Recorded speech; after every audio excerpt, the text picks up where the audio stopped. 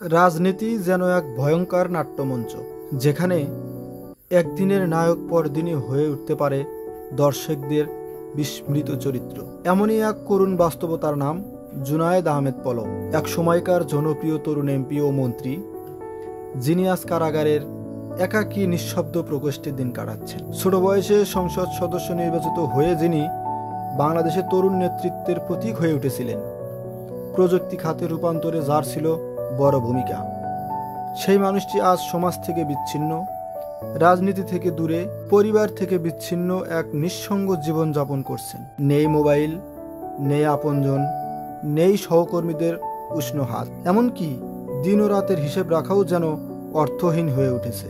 জেলখানার সেই বন্ধ খোপে, যেখানে বাতাসও যেন ভারী লাগে, সেখানে বসে তিনি হয়তো ভাবছেন, এত সম্মান, এত সম্পদ, এত ক্ষমতা সবই ছিল এক সময়, কিন্তু ক্ষমতা যখন স্থায়ী নয়, তখন তাকে ব্যবহার করার পদ্ধতিও হতে হয় সততার ছায়ায়।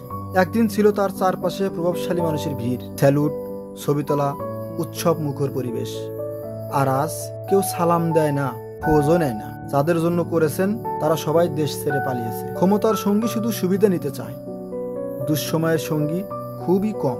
এই ঘটনাটি শুধু জুনায়েদ পলকের একান্ত ব্যক্তিগত নয়, বরং এটি সমস্ত রাজনীতিবিদ, প্রশাসক এবং ক্ষমতাসীনদের জন্য এক চরম শিক্ষা। ক্ষমতার চূড়ায় উঠে যদি আত্মপ্রবঞ্চনা ও দুর্নীতি প্রবেশ করে, তবে পতন শুধু নিশ্চিতই নয়, তা হয় বেদনাদায়ক ও নিঃসঙ্গ।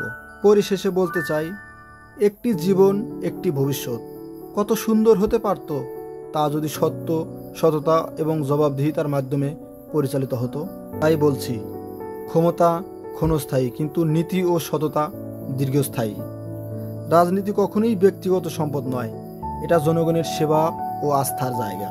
এই সময় যারা ক্ষমতায় আছেন এবং যারা ভবিষ্যতে আসবেন, তাদের জন্য পলকের গল্প যেন আয়নার মতো স্পষ্ট ও শিক্ষণীয় হয়।